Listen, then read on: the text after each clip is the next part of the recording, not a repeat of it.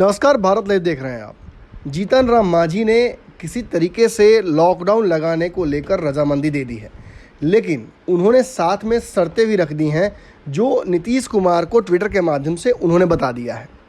बता दें आपको कि कुछ दिनों पहले जब ऑल पार्टी मीट हुई थी लॉकडाउन को लेकर, बिहार में भयावह कोरोना की स्थिति को लेकर, तो जीतन राम मांझी पहले शख्स थे जिन्होंने कहा था कि लॉकडाउन नहीं लगना चाहिए और उसके पीछे उन्होंने कई कारण भी बताए थे। लेकिन फिर भाजपा के लोगों ने, जब नीतीश कुमार ने अनाउंस कर दिया कि लॉकडाउन नहीं नाइट कर्फ्यू लगाएंगे, नीतीश कुमार के इस सवाल पर खड़े कर दिए अपना प्रश्न चिन्ह। और कहीं ना कहीं लोगों ने ये भी कहा, भाजपा के नेताओं ने, कि नाइट कर्फ्यू लगाकर नीतीश कुमार कौन सा साध पा रहे हैं, कैसे कोरोना को रोक पा रहे हैं, ये समझ नहीं आ रहा है।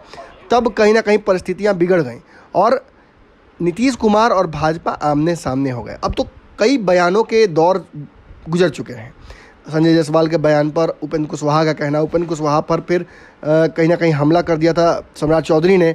फिर उसके बाद जो नीतीश कुमार के लोग हैं, चाहे संजय झा हों या अन्य नेता, ये सभी आकर, ललन सिंह, ये लोग आकर कहीं ना कहीं भाजपा को कटघरे में खड़े कर चुके हैं। लेकिन अब जब नीतीश कुमार सामने से आकर खुद बिहार की परिस्थितियों को कंट्रोल में लेना चाहते हैं, तब ये चर्चाएं शुरू हो गई हैं कि शायद नीतीश कुमार लॉकडाउन लगाएं। कल भी ये बातें मीटिंग के दौरान नीतीश कुमार ने इशारा किया कि अगर बिहार में परिस्थितियां ऐसी ही रहीं तो जल्दी ही कोई बड़ा डिसीजन बिहार की सरकार ले लेगी, नीतीश कुमार ले लेंगे। तब जीतन राम मांझी ने आज सुबह ही ट्वीट करते हुए 8:30 बजे के आसपास ये कहा कि मैं लॉकडाउन का समर्थन करूंगा यदि 3 महीने तक सबका बिजली, पानी और स्कूल का फीस माफ़ कराया जाए, कॉलेज की फीस भी माफ़ हो, किराएदारों का किराया भी माफ़ हो, बैंक का लोन EMI माफ़ हो, और किसी को शौक़ नहीं है कि वो जोखिम डालकर घर से बाहर निकलता है। रोटी और कर्ज के चलते लोग बाहर से निकलते हैं। लेकिन अंत में उन्होंने एक लाइन लिख दी जिस लाइन की वजह से पूरा विवाद शुरू हो गया है। ये उन्होंने साफ तौर पर लिख दिया कि ये बात जो मैं कह रहा हूँ वो AC वाले लोग नहीं समझ पाएंगे, यानी नरेंद्र मोदी पर, संजय जायसवाल पर, बिहार के नेताओं पर, संजय सम्राट चौधरी पर, इन सभी लोगों पर, नित्यानंद राय पर ये एक खुली चुनौती कहीं ना कहीं उन्होंने दे दी है।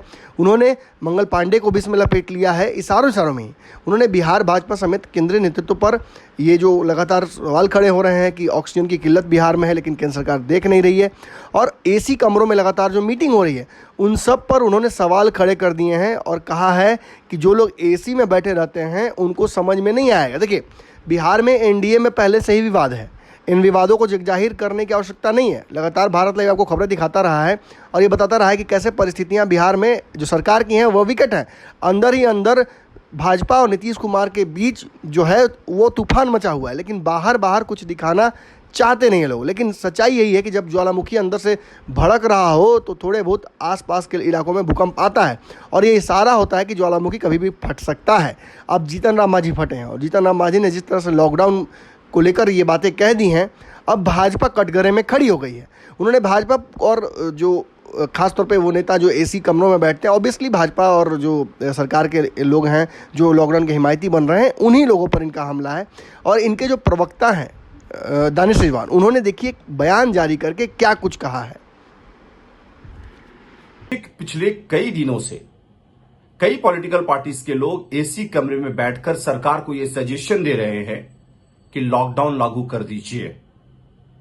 हमारी पार्टी के नेता श्री जीतन राम मांझी जी ने स्पष्ट तरीके से कहा है कि लॉकडाउन का वो भी समर्थन करेंगे यदि सरकार गरीब लोगों के, आम लोगों के, तमाम लोगों के बिजली के बिल को 3 महीने के लिए माफ कर दे, पानी के बिल को 3 महीने के लिए माफ कर दे, स्कूलों का फीस 3 महीने के लिए माफ कर दे, किराएदारों का किराया 3 महीने के लिए माफ कर दे, बैंकों का लोन और EMI जो है उसको 3 महीने के लिए माफ कर दे। निसंदेह हम लॉकडाउन के पक्ष में खड़े हो जाएंगे।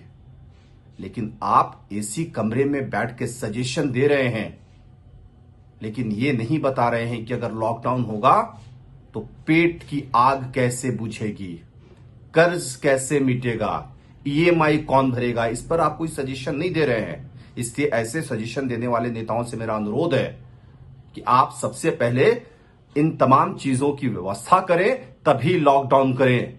किसी को शौक नहीं होता है कि घरों से बाहर निकलकर अपनी जान दे, लेकिन कर्ज और रोटी जो ना कराए। अगर ये वीडियो पसंद आई और वह बिहार के राजनीति और बिहारियत से सरोकार रखेनी तो सब्सक्राइब बटन दबा के चैनल के सब्सक्राइब कर ली। ओजे एगो घंटी बा, ओकरा बटन दबा देला से कुल सटीक और मारक खबर रुआ मुफ्त में मिल जाई। अगर रुआ पत्रकारिता के हमनी के नया प्रयोग में सहयोग कर चाहतानी तो ज्वाइन बटन दबा दी। पेटीएम नंबर नोट कर ली 9386816700। धन्यवाद।